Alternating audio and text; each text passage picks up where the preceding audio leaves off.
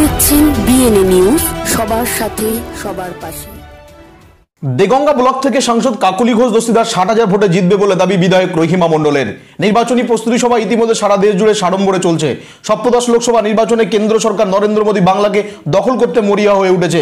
গোটা রাজ্য জুড়ে শাসক বিরোধী রাজনৈতিক প্রচার তুঙ্গে। সেই মতো শুক্রবার বিকালে উত্তর চব্বিশ পরগনার দেগঙ্গার 84-তে বারাসাত লোকসভা কেন্দ্রের তৃণমূল কংগ্রেসের প্রার্থী সাংসদ কাকলি ঘোষ দস্তিদারের হয়ে নির্বাচনী প্রস্তুতি সভা করলেন দেগঙ্গার বিধায়ক রহিমা মণ্ডল।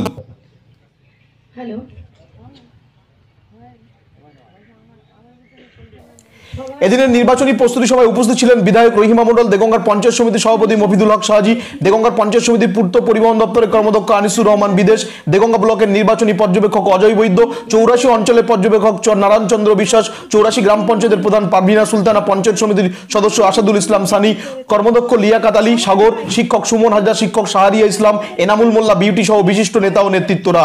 যে রূপশ্রী যে প্রকল্প শেখ জালালউদ্দিন আমার দাদাকে সম্মান জানাই। আরো আছেন এখানে উপস্থিত দুজন কর্মাধ্যক্ষ, আমাদের খুব কাছে ছোট ভাই, তারা আছেন, মিসকাতুন আছেন, মাস্টারমশাই আজগার সাহেব আছেন, তো আরো অনেকেই আছেন। সবার নাম আমি এক এক করে করতে গেলে প্রায় সময় পেরিয়ে সন্ধ্যা হয়ে যাবে, কারণ আমাকে দিয়েছে মাত্র 5টা মিনিট। আর সব থেকে বড় কথা, আমার মেম্বাররা সকলে উপস্থিত আছেন। তার থেকেও বড় কথা, আজ আমরা যে নির্বাচন নিয়ে লড়ছি সেই নির্বাচনী প্রস্তুতি সভায় দেগঙ্গার বিধায়ক রহিমা মণ্ডল দাবি করেন রাজ্যের 42টি আসন তৃণমূল কংগ্রেসই পাবে। পাশাপাশি দেগঙ্গা ব্লক থেকে সাংসদ কাকলি ঘোষ দস্তিদার 60,000 ভোটে জিতবেন। পশ্চিমবাংলার ক্ষেত্রে বিজেপি কোনো ফ্যাক্টর নাই, কারণ বিগত বিধানসভা নির্বাচন, পঞ্চায়েত নির্বাচনে বিজেপি পদ্মফুল ফুটাতে পারেনি পশ্চিমবাংলায়।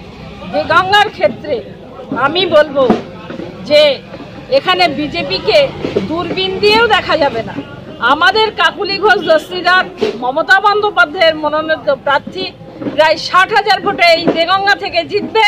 কারণ আমরা প্রত্যেকটা পঞ্চায়েতে আমাদের যে টিম আছে, নির্বাচনী কমিটি, আমাদের মফিদুল হক শাহজি, আমাদের আনিসুর রহমান বিদেশ, অজয় বৈদ্য, এই সমস্ত নেতৃত্বকে নিয়ে আমি প্রত্যেকটা পঞ্চায়েতে ঝাঁপিয়ে পড়ছি। আমরা সকলেই মমতা বন্দ্যোপাধ্যায়ের যে উন্নয়ন, সেই উন্নয়নের সাড়া দিয়ে দেগঙ্গার মানুষ বসে আছে শুধুমাত্র সেই 19 তারিখের অপেক্ষায়। কখন 19 তারিখ আসবে? পবিত্র রমজান মাস, সেই রমজান মাসে দোয়া করে আজকে কাকলি ঘোষ দস্তিদারকে দুহাত ভরে দোয়া করার আশায় বসে আছে। মমতা বন্দ্যোপাধ্যায়কে বাংলার মুখ্যমন্ত্রী হিসাবে পশ্চিম বাংলার মানুষ যেভাবে স্তম্ভ হিসাবে দাঁড়িয়ে আছে, ভারতবর্ষের প্রধানমন্ত্রী হিসাবে মমতা বন্দ্যোপাধ্যায়ের দেখার জন্য আমরা তাকিয়ে আছি। দিদি, কটা সিট পাবেন আপনারা? আমরা 42-এ 42। দেগঙ্গা থেকে শেখ মুক্তর রিপোর্ট, বিএনএ নিউজ, উত্তর 24 পরগনা। আমার রাজনৈতিক অভিভাবক, আমি যাকে প্রচন্ডভাবে মানি।